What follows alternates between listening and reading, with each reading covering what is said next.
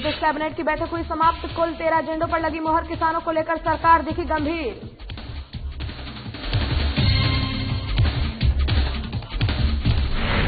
प्रशांत किशोर पर बरसे बिहार बीजेपी प्रदेश अध्यक्ष संजय जायसवाल। बंगाल चुनाव को लेकर पीके दावों को बताया गलत। कहा ममता दीदी से पैसे लेने के एवज में बोल रहे हैं ऐसी बात। पटना में जेडीयू ने साधा कांग्रेस पर निशाना। कहा क्षेत्रीय पार्टियों की पिछलग्गू पार्टी बनी हुई है कांग्रेस। राहुल गांधी का विकल्प नहीं ढूंढ पा रही है कांग्रेस। पटना में पप्पू यादव ने निकाला पैदल मार्च। पुलिस के रास्ते में रोकने के बाद सड़क पर ही धरने पर बैठे पप्पू यादव। बोले किसानों के साथ सौतेला व्यवहार कर रही है सरकार। और समस्तीपुर में छात्र ने की खुदकुशी। लॉज में रहकर करता था पढ़ाई। आत्महत्या के कारणों का नहीं चल पाया पता। जांच में जुटी पुलिस।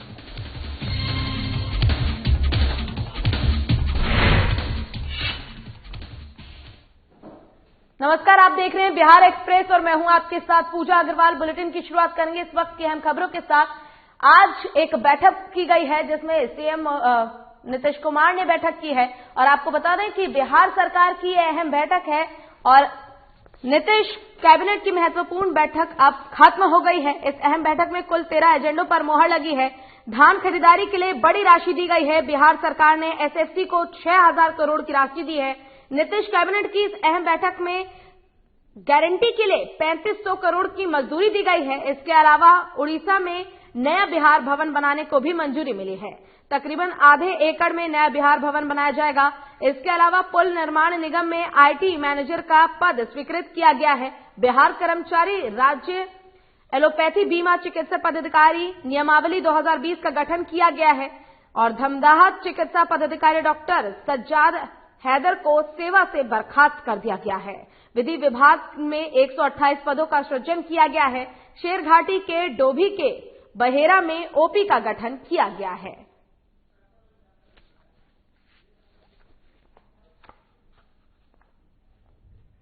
और प्रशांत किशोर ने ट्वीट किया था कि बंगाल में बीजेपी दहाई का आंकड़ा भी पार नहीं कर पाएगी और इस पर बिहार बीजेपी के प्रदेश अध्यक्ष संजय जायसवाल ने कहा है कि प्रशांत किशोर ममता बनर्जी से करोड़ों रुपए ले रहे हैं तो उनके पक्ष में बोलेंगे की साथ ही उन्होंने कहा कि ये लोग मीडिया के मैनिपुलेट किए हुए लोग हैं। ये लोग वार्ड का चुनाव नहीं जीत सकते हैं।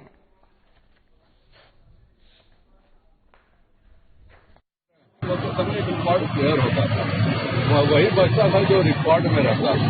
तो बेचारे जिसके पैसे खा रहे हैं, जिनके पैसे का वह दुरुपयोग कर रहे हैं, उसके पक्ष में इतना भी बेचारे अगर स्टेटमेंट नहीं देंगे तो जो पैसे लगातार वो करोड़ों रुपए खा रहे हैं वो सदेगा कैसे। लेकिन इससे पहले भी बिहार में वो कह रहे हैं कि नीतीश कुमार की जो सरकार आई थी उनकी बदौलत आई थी, वही स्ट्रेटजी बनाई थी जिसके। तो क्या आपको लगता है कि कुछ इम्पैक्ट रियल में पड़ेगा उनके वेस्ट बंगाल का जो कैंपेन का जो इंचार्ज है? ये लोग मीडिया के क्रिएटेड लोग हैं और मीडिया में आ करके अपना रोजगार चलाना चाहते हैं। अपना कोई एक बार किसी मोहल्ले में वो वार्ड का चुनाव लड़ लें तब उनको समझ में आएगा कि बैठ के कागज पर कंप्यूटर पर एक हवाई किला बनाना और उसका पैसे वसूलना क्या चीज होता है। और बिहार प्रशासनिक सेवा के 14 अधिकारियों का तबादला कर दिया गया है। सामान्य प्रशासन विभाग की तरफ से इसकी अधिसूचना जारी कर दी गई है। सामान्य प्रशासन विभाग की तरफ से जारी अधिसूचना के मुताबिक बिहार प्रशासनिक सेवा के 14 अधिकारियों का तबादला किया गया है। इन अधिकारियों को बिहार के विभिन्न जिलों में बंदोबस्त पदाधिकारी के रूप में पदस्थापित कर दिया गया है। पटना में विभागीय जांच के एडीएम कपिलेश्वर मंडल, विभागीय लोक शिकायत निवारण पदाधिकारी राजीव शंकर, उपेंद्र प्रसाद, विनय कुमार पांडे, भानु प्रकाश, ओम प्रकाश महतो और डॉक्टर अजय कुमार का तबादला किया गया है। इसके अलावा पदस्थापन की प्रतीक्षा कर रहे बीएस अधिकारी अविनाश कुमार, किशोर कुमार प्रसाद, ब्रज किशोर सदानंद और सुनील कुमार, चंद्रशेखर झा और अभिजीत कुमार की भी पोस्टिंग कर दी गई है। इनके साथ ही बिहार के कला संस्कृति एवं युवा विभाग में उप सचिव के पद पर तैनात तारानंद महतो विभाग का भी तबादला किया गया है और सीतामढ़ी में बंदोबस्त पदाधिकारी के रूप में तैनात कर दिया गया है।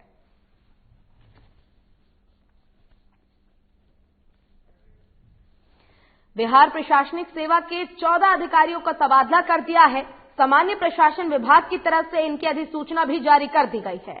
सामान्य प्रशासन विभाग की तरफ से जारी अधिसूचना के मुताबिक बिहार प्रशासनिक सेवा के 14 अधिकारियों का तबादला किया गया है और इन अधिकारियों को बिहार के विभिन्न जिलों में बंदोबस्त पदाधिकारी के रूप में पदस्थापित कर दिया गया है। पटना में विभागीय जांच के एडीएम कपिलेश्वर मंडल, विभागीय लोक शिकायत निवारण पदाधिकारी राजीव शंकर, उपेंद्र प्रसाद, विनय कुमार पांडे और भानु प्रकाश, ओम प्रकाश महतो और डॉक्टर अजय कुमार का तबादला किया गया है। इसके अलावा पदस्थापन की परीक्षा कर रहे बीएस अधिकारी अविनाश कुमार, किशोर कुमार प्रसाद, ब्रज किशोर सदानंद, सुनील कुमार, चंद्रशेखर झा और अभिजीत कुमार की भी पोस्टिंग कर दी गई है। इसी के साथ ही बिहार के कला संस्कृति एवं युवा विभाग में उप सचिव के पद पर तैनात तारानंद महतो वियोगी का भी तबादला कर दिया गया है और सीतामढ़ी में बंदोबस्त पदाधिकारी के रूप में तैनात कर दिया गया है। और बिहार सरकार की तरफ से बड़ा फैसला है। आपको बता दें कि बिहार प्रशासनिक सेवा के 14 अधिकारियों का तबादला किया गया है।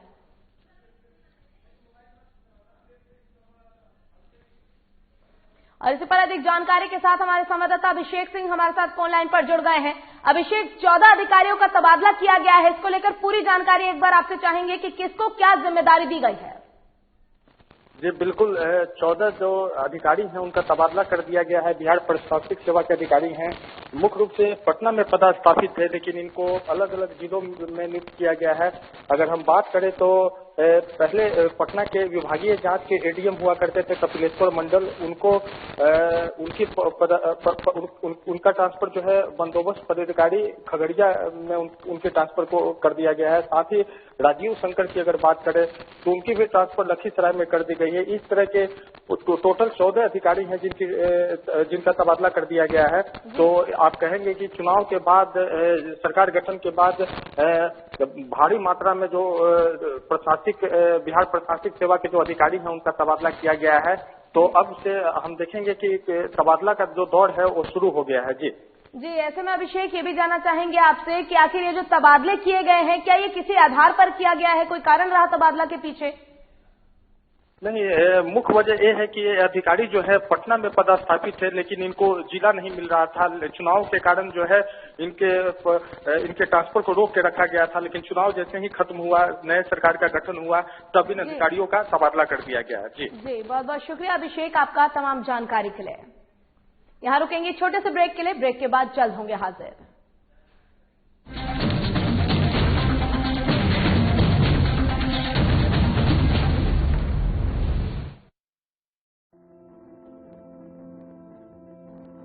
कोरोना का संकट अभी टला नहीं है, इसलिए लापरवाही बिल्कुल नहीं।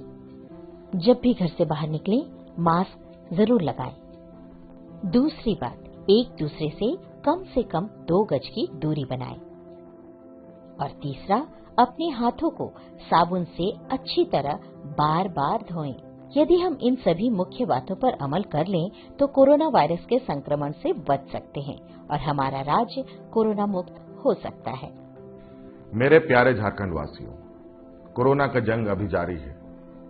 हम और आप मिलकर ही इस जंग को जीत सकते हैं। इसलिए सरकार द्वारा दिए जा रहे निर्देशों का पालन करें और विश्वास रखें, हम और आप मिलकर जरूर इस जंग को जीतेंगे। सूचना एवं जनसंपर्क विभाग, झारखंड सरकार द्वारा जनहित में प्रसारित।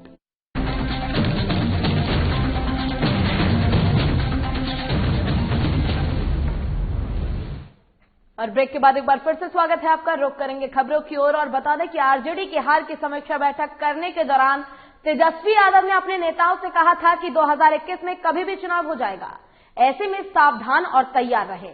जिसके बाद आज बीजेपी ने तेजस्वी यादव पर पलटवार किया है और कहा है कि वह दिन में सपना देख रहे हैं, लेकिन उनको सपना देखना बंद कर देना चाहिए। संजय जायसवाल ने कहा है कि तेजस्वी यादव मुंगेरी लाल का सपना देख रहे हैं।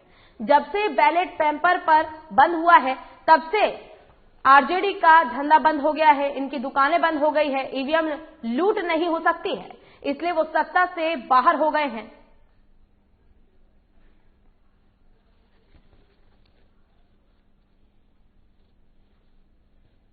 तो वह विकासों को देखते हैं, उसके अलावा उनकी जो पुरानी पहचान रही है वह जनता के वोटों पर कम और अपराधियों पर ज्यादा भरोसा करते हैं। और हम लोगों ने देखा है कि किस तरह से उनके जमाने में बैलेट लूट होती थी। जब से बैलेट बंद हो गया तब से उनकी भी दुकानदारी जो चलती थी वह बंद हो गई, क्योंकि ईवीएम लूटने की कोई सुविधा किसी को नहीं है और इसीलिए वो लगातार पराजित भी होते जा रहे हैं।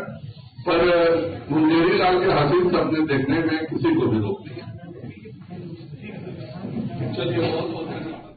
चलिए खबरों में बढ़ेंगे आगे। बता दें कि बिहार विधानसभा चुनाव में आरजेडी विधायकों पर शपथ प्रमाण पत्र में आपराधिक मामला छिपाने का बीजेपी ने आरोप लगाया है।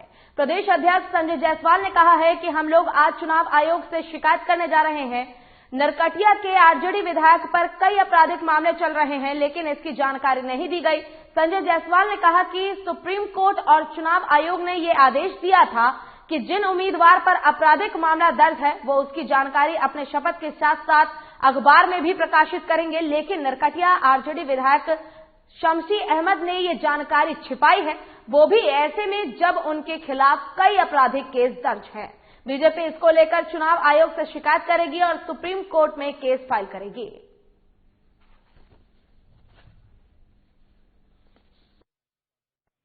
यहाँ उपस्थित हमारे चुनाव सेल के संयोजक राधिका जी, मृत्युंजय झा जी, मोहन शर्मा जी और सभी पत्रकार बंधु, भारतीय जनता पार्टी ने यह निर्णय किया कि जो 3 कृषि कानून आए हैं उनके समर्थन में बिहार में भी भारतीय जनता पार्टी किसान रैलियां करेगी। और मुझे बताते हुए यह हर्ष हो रहा है कि हम अभी तक 93 विधानसभाओं में किसान सम्मेलन कर चुके हैं। बिहार के सभी किसानों का अभूतपूर्व सहयोग भारतीय जनता पार्टी को मिल रहा है, क्योंकि बिहार का प्रत्येक किसान, प्रत्येक गरीब जानता है कि उनकी मदद, उनका कल्याण, उनको आर्थिक सहायता आज तक भारत के इतिहास में किसी ने पहुंचाया है तो माननीय नरेंद्र भाई मोदी जी ने पहुंचाया है। और इसी कारण हम 2.5 लाख से ज्यादा किसानों के साथ 93 स्थानों पर किसान सम्मेलन कर चुके हैं। और कांग्रेस को लेकर जेडीयू प्रवक्ता राजीव रंजन ने अपनी प्रतिक्रिया दी है। जेडीयू प्रवक्ता ने कहा है कि कांग्रेस को अपनी चिंता करनी चाहिए। देश के अनेक राज्यों में क्षेत्रीय पार्टियों में कांग्रेस पिछलग्गू पार्टी बनकर रह गई है। इतना विफलताओं के बाद भी वे राहुल गांधी का विकल्प ढूंढ नहीं पा रही है। देश की सबसे पुरानी पार्टी होने के बाद भी कांग्रेस लगातार पतन की ओर बढ़ रही है। क्यों दुबले होता है? उन्हें अपनी चिंता करनी चाहिए। 100 साल से पुरानी पार्टी, अलग अलग राज्य में किसी न किसी दल के पिछलग्गूपन से वो उभर नहीं पा रहे। राहुल गांधी का विकल्प ढूंढ नहीं पा रहे हैं।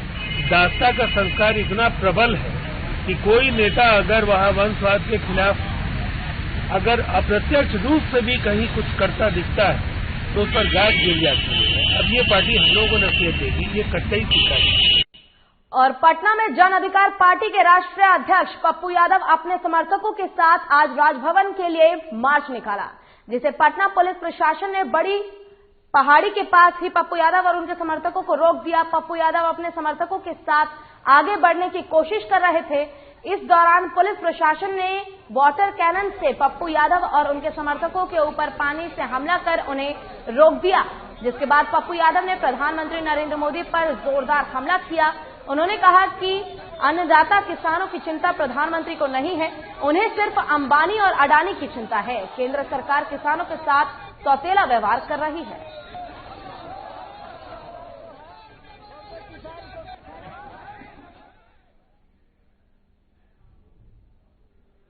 और बीजेपी के रिश्ते को लेकर पूछे गए सवालों पर जेडीयू ने अपनी प्रतिक्रिया दी है।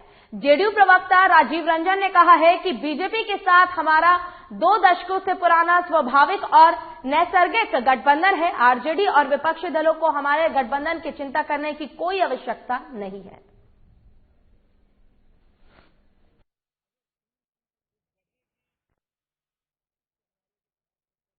पहले तो चुनाव जीतने की लगातार वो बातें करते रहे। अब जनता ने सड़क पर उन्हें फिर से एक बार छोड़ दी। एक बार फिर दीवार स्टॉप में देखने की आदत उन्होंने पाई। मुझे लगता है बिहार में 2 दशकों से ज्यादा का हमारा साथ है। ये जाजा परखा एक स्वाभाविक नैसर्गिक गठबंधन है। इस गठबंधन में किसी दरार की कोशिश अगर वो ढूंढ रहे हैं, मुझे लगता है उनको नाकामयाबी हासिल है।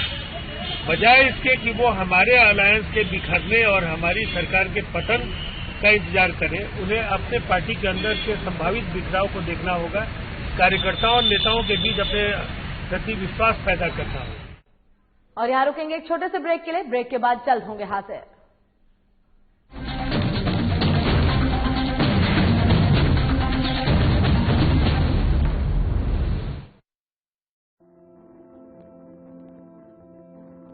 कोरोना का संकट अभी टला नहीं है, इसलिए लापरवाही बिल्कुल नहीं। जब भी घर से बाहर निकले मास्क जरूर लगाएं। दूसरी बात, एक दूसरे से कम 2 गज की दूरी बनाएं।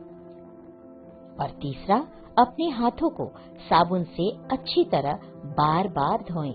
यदि हम इन सभी मुख्य बातों पर अमल कर लें तो कोरोना वायरस के संक्रमण से बच सकते हैं और हमारा राज्य कोरोना मुक्त हो सकता है। मेरे प्यारे झारखंड वासियों, कोरोना का जंग अभी जारी है। हम और आप मिलकर ही इस जंग को जीत सकते हैं। इसलिए सरकार द्वारा दिए जा रहे निर्देशों का पालन करें और विश्वास रखें, हम और आप मिलकर जरूर इस जंग को जीतेंगे। सूचना एवं जनसंपर्क विभाग, झारखंड सरकार द्वारा जनहित में प्रसारित।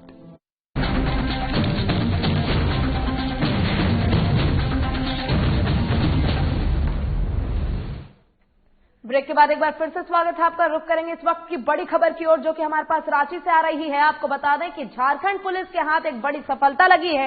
आतंक का पर्याय बना पीएलएफआई कमांडर पुनई उरांव ढेर हो चुका है। एसएसपी की क्यूआरटी टीम ने मार गिराया है और ऐसे में रांची खूंटी बॉर्डर पर मुठभेड़ में मारा गया है पीएलएफआई कमांडर। रांची एसएसपी के नेतृत्व में सुबह से चल रहा था अभियान। ये बड़ी खबर है रांची से, जहां झारखंड पुलिस को एक बड़ी सफलता हाथ लगी है। आतंक का पर्याय बना पीएलएफआई कमांडर पुनई उरांव ढेर हो चुका है। एसएसपी की क्यूआरटी टीम ने उसे मार गिराया है और आपको बता दें कि रांची खूंटी बॉर्डर पर मुठभेड़ में मारा गया है पीएलएफआई कमांडर। और इसी पर अधिक जानकारी के साथ हमारे संवाददाता चंदन वर्मा हमारे साथ फोन लाइन पर जुड़ गए हैं। चंदन, पुलिस को लगातार सफलता मिल रही है पीएलएफआई के जितने भी नक्सली हैं उन्हें मार गिराने में, और एक बार फिर से पुलिस के हाथ एक बड़ी सफलता मिली है और कमांडर पुनई उरांव को मार गिराया है। इसको लेकर पूरी जानकारी क्या है? देखिए पूजा, बता दूं कि एक तरह से कहें कि झारखंड पुलिस के लिए जश्न जैसा है, क्योंकि कल ही जो है 15 लाख का इनामी जो नक्सली था वो मारा गया था और आज जो है पुनई उरांव जो 2 लाख का इनामी नक्सली था, ये कुख्यात नक्सली था और इसे भी पुलिस ने आज मार गिराया। पुलिस की क्यूआरटी टीम ने इसे मार गिराया है और यह पूरा जो कार्रवाई हुआ है रांची एसएसपी सुरेंद्र कुमार झा के नेतृत्व में चल रहा था। और आपको बता दें कि जिस तरीके से झारखंड पुलिस ने एक तरह से कहे कि अभियान चला रखा है। कुछ दिन पहले की बात करें तो सभी जो कुख्यात नक्सली हैं, जो एकदम टॉप मोस्ट सूची पे हैं, उनका लिस्ट जारी किया गया था। साथ ही उनके लिस्ट के साथ साथ उनका फोटो भी जारी किया गया था और इनाम की राशि भी लिखी गई थी कि इनके संबंध में जो कोई भी सूचना देंगे उन्हें इनाम दिया जाएगा। और सभी नक्सली पे अलग अलग इनाम रखे गए थे, तो जिसमें 1 करोड़ से लेकर 2 लाख रुपए तक के नक्सली थे। तो आज कहीं न कहीं कि वो झारखंड पुलिस का जो वो कदम था आज कामयाब होता दिख रहा है, क्योंकि एक के बाद एक लगातार नक्सली को मार गिराना कहीं न कहीं अब बहुत आसान हो गया है झारखंड पुलिस के लिए। और एक कहें कि पुनई उरांव के मामले में झारखंड पुलिस को बहुत बड़ी सफलता हासिल हुई है लगातार दूसरे दिन में। जी, ऐसे में एक और जरूरी सवाल ये उठता है कि कमांडर पुनई उरांव जो मारा गया है, क्या उसके पास से कोई आपत्तिजनक सामान बरामद किया गया है किसी प्रकार का? जी देखिए, आपत्तिजनक तो नहीं, लेकिन उसके जो कुछ हथियार वगैरह है वो बरामद हुए हैं मौका से, और कुछ कागजात वगैरह हैं उसे लेकर जो पुलिस जो है अपने कब्जे में ले ली है और छानबीन कर रही है। जैसा कि कल भी जो घटना थी उस घटना में भी जो है कुछ हथियार AK-47 और कुछ पेपर बरामद हुए थे और हमने इस बात को कहा भी था कि अब पेपर के जरिए जो है पुलिस लगातार उस पर छानबीन करेगी और पेपर के माध्यम से जो है अगले कार्रवाई की ओर पुलिस बढ़ेगी। तो कहीं न कहीं एक कहें कि जो कल नक्सली मारा गया 15 लाख का इनामी, उसके पास जो सामान बरामद किया गया उसी के सहारे कहें कि पुलिस ने लीड लिया और आज लीड लेते हुए जो सुबह से कार्रवाई के लिए लगी हुई थी पुलिस, आज एक बड़ी सफलता मिली है उसी लीड के कारण। कहें कि तो कहीं न कहीं पुलिस ने तत्परता दिखाई। पुलिस की क्यूआरटी टीम एक काबिले तारीफ है पुलिस की टीम की कार्रवाई जो है, जो आज इतनी बड़ी। जिस प्रकार से पहले 15 लाख का इनामी नक्सली मारा गया, फिर 2 लाख का इनामी नक्सली एक बार फिर से आज मारा गया है और झारखंड पुलिस को एक बड़ी सफलता हाथ लगी है। इसी प्रकार नक्सलवाद पर जिस प्रकार से प्रशासन अपनी पकड़ बना रहा है काफी ज्यादा अहम है और आपका बहुत बहुत शुक्रिया तमाम जानकारी के लिए। चलिए खबरों में बढ़ेंगे आगे। देश भर के किसान कृषि बिल को लेकर आंदोलन पर है। बिहार में भी तमाम विपक्षी पार्टियां किसानों के साथ खड़ी हैं। इस पर जेडीयू ने प्रतिक्रिया दी है। जेडीयू प्रवक्ता राजीव रंजन ने कहा है कि बिहार में किसान आंदोलन के नाम पर विपक्ष की दाल गलने वाली नहीं है। उकसावे की जितनी भी कोशिश हुई है उसको बिहार के किसानों ने हर बार विफल किया है। किसानों की खुशहाली एवं कृषि क्षेत्र में उन्नति के लिए बिहार में कृषि का तीसरा कृषि रोड मैप चलाया जा रहा है। बिहार का कृषि मॉडल देश के अन्य राज्यों के लिए अनुकरणीय है। बिहार में किसान आंदोलन के नाम पर विपक्ष की दाल गलने वाली नहीं है। उकसावे की जितनी भी कोशिशें हैं उसको बिहार के किसानों ने पहले भी विफल किया है। क्योंकि बिहार में एग्रीकल्चर रोड मैप का तीसरा जो चरण है वो काफी सफलतापूर्वक चलाया जा रहा है। बिहार में लगातार इनपुट सब्सिडी और हर खेत को पानी का जो ये फैसला है, एग्रीकल्चर का डेडिकेटेड फीडर है और किसानों की उत्पादकता राष्ट्रीय स्तर पर कई राज्यों से बेहतर हुई है। किसानों को यहाँ उनके उत्पाद का उपयुक्त मूल्य मिल रहा है। किसान बिहार में आत्महत्याएं नहीं करते हैं, बैंकों पर उनकी निर्भरता नहीं है। तो निसंदेह बिहार का जो कृषि का मॉडल है वो देश में सर्वश्रेष्ठ है। इसीलिए विपक्ष या तथाकथित किसान संगठनों के नेताओं की यहाँ किसान सुनने को तैयार नहीं है और आगे भी उन्हें बिहार के किसानों को भड़काने में फायदा नहीं मिलेगा और उन्हें इसकी इजाजत बिहार के किसान नहीं। अगली खबर मोतिहारी के कल्याणपुर से है, जहां किसान सम्मेलन का आयोजन किया गया। सम्मेलन में पूर्व केंद्रीय मंत्री सांसद राधा मोहन सिंह ने शिरकत की। पूर्व मंत्री ने कहा कि बिहार और केंद्र में जनता को परिवार का शासन मंजूर ही है। पहले कांग्रेस की सरकार में 12 से 20 हजार करोड़ किसानों के लिए बजट होता था। अब एनडीए की सरकार ने 1,34,000 करोड़ का बजट किसानों के लिए रखा है। जो खानदान किसानों की बात करता है वो जौ और गेहूं के अंतर नहीं समझ सकता है। 10 करोड़ किसान परिवारों को 1 लाख करोड़ रुपये उसके खाते में गई है। जो हमारे छोटे गरीब किसान हैं, तो मोदी सरकार गांव गरीब किसान के लिए समर्पित है।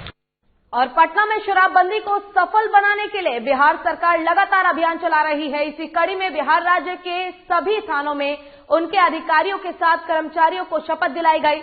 इसी मामले को लेकर आरजेडी ने अपनी प्रतिक्रिया दी है। आरजेडी प्रवक्ता अनवर हुसैन ने कहा है कि बिहार सरकार शराबबंदी को लेकर अभियान चला रही है, लेकिन उसका कॉम्प्लीमेंट नहीं कर रही है। शराबबंदी में सिर्फ गरीबों और असहायों को सताया जा रहा है और पैसे वाले लोगों पर कोई कार्रवाई नहीं हो रही है।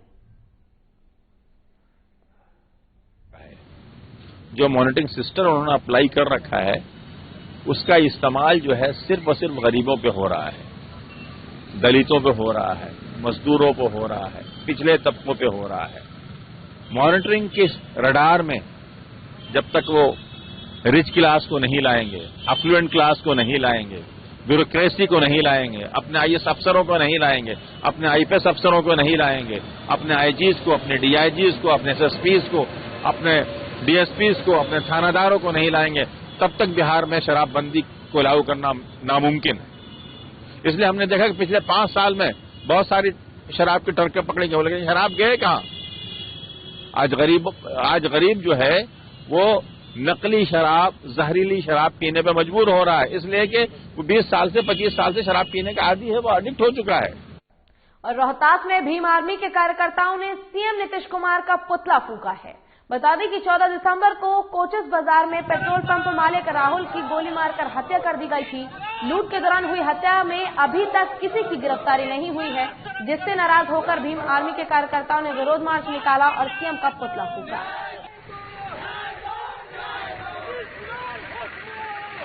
आज हम लोग जो है विगत कुछ दिन पहले पेट्रोल पंप मालिक राहुल कुशवाहा को जो है दिन दहाड़े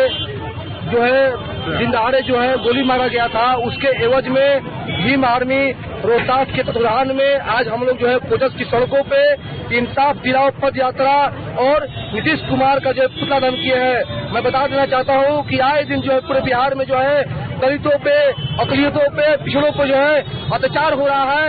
भीम आर्मी इस बात को साफ साफ कहती है कि हम बहुजनों पर अत्याचार जो है बर्दाश्त नहीं करेंगे और आखिरी सांस तक जो हम लोग लड़ाई लड़ेंगे और राहुल कुशवाहा का अत्याचार को हम लोग फांसी दिलाकर दम लेंगे। अगर न्याय नहीं मिलता है तो पूरे रोहतास को हम लोग जो है चक्का जाम करेंगे और बंद करेंगे। और पूर्णिया के जिला कृषि पदाधिकारी शंकर झा को कृषि भवन में 1.5 लाख रुपए रिश्वत लेते हुए रंगे हाथ गिरफ्तार किया गया। वहीं निगरानी विभाग ने ये कार्रवाई खाद बीज व्यवसाय बम्बम चौधरी की शिकायत के बाद की है। निगरानी टीम का नेतृत्व कर रहे डीएसपी ने बताया कि कारोबारी चौधरी की दुकान का लाइसेंस करीब 6 महीने पहले कृषि पदाधिकारी ने कुछ कारणों से निलंबित कर दिया था। वहीं लाइसेंस को फिर से बहाल कराने के लिए जिला कृषि पदाधिकारी द्वारा 1.5 लाख रुपए की मांग की गई थी। वहीं शिकायत की पुष्टि के बाद गिरफ्तारी की गई है। बता दें कि निगरानी की टीम जिला कृषि पदाधिकारी शंकर झा को लेकर पटना के लिए रवाना हो गई है।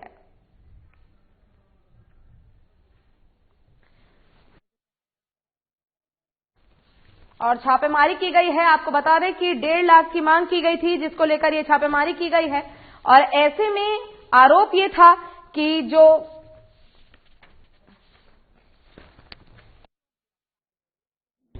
22/12/2020 को करीब 15 बजे दिन में पूर्णिया जिला कृषि पदाधिकारी श्री शंकर झा को परिवादी बम्बम आलोक चौधरी से 1.5 लाख रुपया रिश्वत लेते हुए रंगे हाथ गिरफ्तार किया गया है। यह राशि बब्बन आलोक चौधरी का NS 31 पर कृषि से संबंधित कोई दुकान है, उसी का लाइसेंस होता है ना, उर्वरक का लाइसेंस, बीज का लाइसेंस, कीटनाशक का लाइसेंस, वही लाइसेंस को कुछ कारणवश रद्द कर दिया गया। और बिहार की खबरों में फिलहाल के लिए बस इतना ही। खबरों का सिलसिला लगातार आगे भी जारी है। आप देखते रहिए साधना प्लस। नमस्कार।